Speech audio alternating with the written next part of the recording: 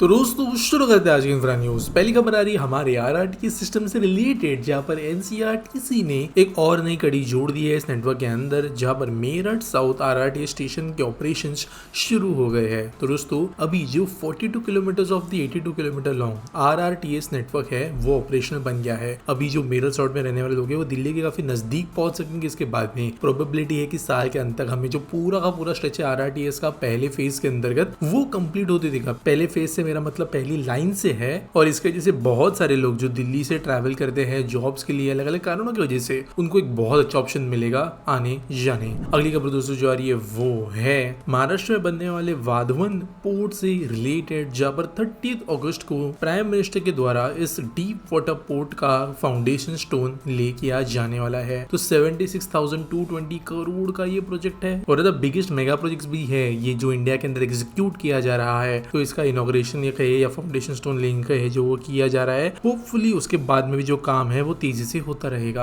अगली खबर दोस्तों जो आ रही है वो Indian home grown two wheeler electric manufacturer Ather Energy से रिलेटेड, जो कि एंटर कर गई है यूनिकॉर्न क्लब के अंदर, जहां पर 600 करोड़ रुपए इन्होंने रेस किए एक फ्रेश राउंड के अंदर, जहां पर national investment infrastructure fund NIIF जो है इन्होंने इनको पैसे दिए हैं, और इसकी वजह से यहाँ पर NIIF का 7 to 8% स्टेक हो गया इस कंपनी के अंदर। यहाँ पर इसके जैसे यूनिकॉर्न बन गया। भारत के अंदर अभी 106 यूनिकॉर्न्स टोटल बने हुए हैं। दोस्तों NIIF के ऊपर वैसे हमने जो ये बॉडी है इसका फाउंडेशन स्टोन ले करने के लिए जो कई सारे इंडिविजुअल्स थे उनमें से एक के साथ हमने एक पॉडकास्ट भी किया था, तो वो भी आप जाकर देख सकते हो। बाकी अगली खबर के बारे में दोस्तों बात करें तो वो आ रहा है हमारे इनलैंड वाटरवेज नेटवर्क से रिलेटेड, जहाँ पर गवर्नमेंट ने कहा है कि वो बैक करेंगे financial support for movements of goods via reverse and back waters. तो बेसिकली अभी स्टार्टिंग में थोड़ा पुश देना पड़ेगा ताकि कंपनी जो है वो बैक वाटर्स की तरफ शिफ्ट हो, और एक स्कीम अनाउंस की गई है जहाँ पर 35% डिस्काउंट दिया जाएगा ट्रांसपोर्टेशन इनवॉइसेस के ऊपर जब वो बैक वाटर्स का इस्तेमाल करेंगे या नदियों का इस्तेमाल करेंगे, और साथ साथ कोई लॉस भी होता है तो भी गवर्नमेंट जो है वहाँ पे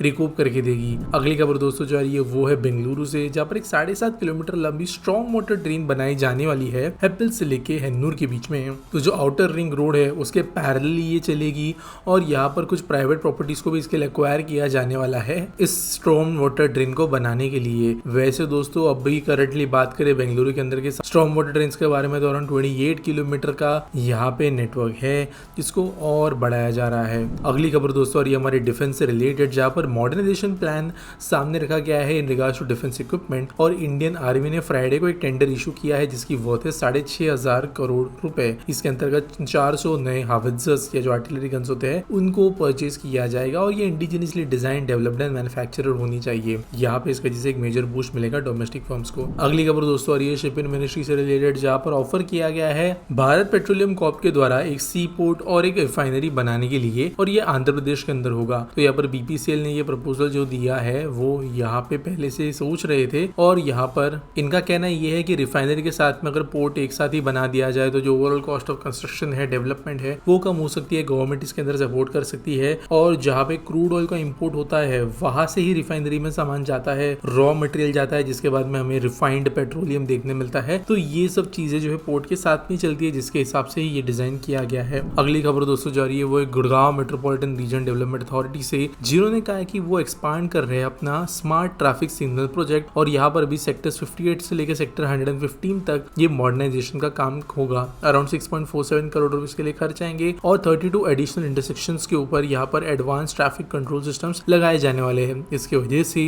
कंजेशन कम होगा और पेडेस्ट्रियन सेफ्टी बढ़ेगी। अगली खबर दोस्तों जा रही है नागपुर मेट्रो से, जहाँ पर ADB बैंक ने अप्रूव कर दिया है $200 मिलियन का लोन, जिसके अंतर्गत ये प्रोजेक्ट जो है वो बनाया जाएगा। यहाँ पे ये जो फेज 2 लाइन है इसके बारे में मैंने आपको खबर दी ही थी, बस ये इसका एक्सपेंशन है। अगली खबर दोस्तों और ये सीगल कास्ट आगरा मेट्रो से रिलेटेड, जिनकी पहली पियर कैप जो है वो लगा दी गई है, और यहाँ पे जो नई लाइन है वो ताज ईदगाह से सिकंदरा के बीच में है। 3.725 किलोमीटर का ये एलिवेटेड सेक्शन है, जहाँ पर अभी ISBT, गुरु का ताल, इन जगहों पे भी कनेक्शंस मिलेंगे। अगली खबर दोस्तों आ रही है गुजरात से, जहाँ के CM के द्वारा 316 करोड़ रुपए अलोकेट किए गए हैं for the construction of ring road in Vadodara under the स्वर्णिम जयंती CM अर्बन डेवलपमेंट स्कीम। तो वडोदरा का भी एक रिंग रोड मिलने वाला है। आज के आस्पिटी सवाल के बारे में बात करें तो संतोष कुमार भट्ट पूछते हैं why railway signals in India not there inside driver cabin like Europe. तो देखो यार, जो रेलवे सिग्नल के सिस्टम्स होते हैं ना वो भी अलग अलग प्रकार के होते हैं। हमारे यहाँ पे जो है बेसिक लेवल के जो है उसके भी पीछे के लेवल के होते हैं, और आगे जाकर जो है फाइनली हम CBTC तक पहुंचते हैं। इसके बीच में जो एक लेवल होता है जहां पर ट्रेन बता सकती है सिग्नल लेकिन खुद से उसके हिसाब से एक्शन नहीं ले सकती,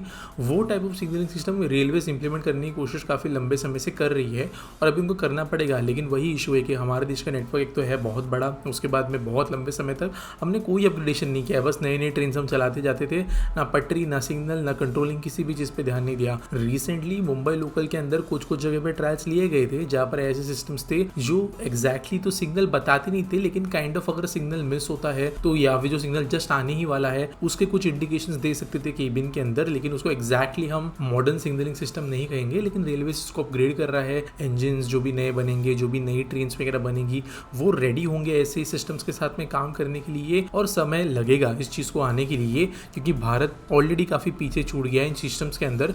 और ये बहुत बड़े स्केल के प्रोजेक्ट्स होते हैं, सुनने में बहुत छोटा लगता है एक इंजन के लिए या एक सेक्शन के लिए, लेकिन मल्टी 1000 किलोमीटर की एक रेलवे नेटवर्क जिसके अंदर मल्टी 1000 इंजन और ट्रेन चल रहे हैं, वहाँ पर ये डिफिकल्ट होता है। उम्मीद करता हूँ सवाल का जवाब आपको मिल गया होगा। आपके पास कोई सवाल है आप कमेंट सेक्शन में पूछ सकते हो, कोई न्यूज़ है सबमिट करने के लिए तो उसके लिए आपको डिस्क्रिप्शन में लिंक मिल जाएगी। मिलेंगे अगले वीडियो में।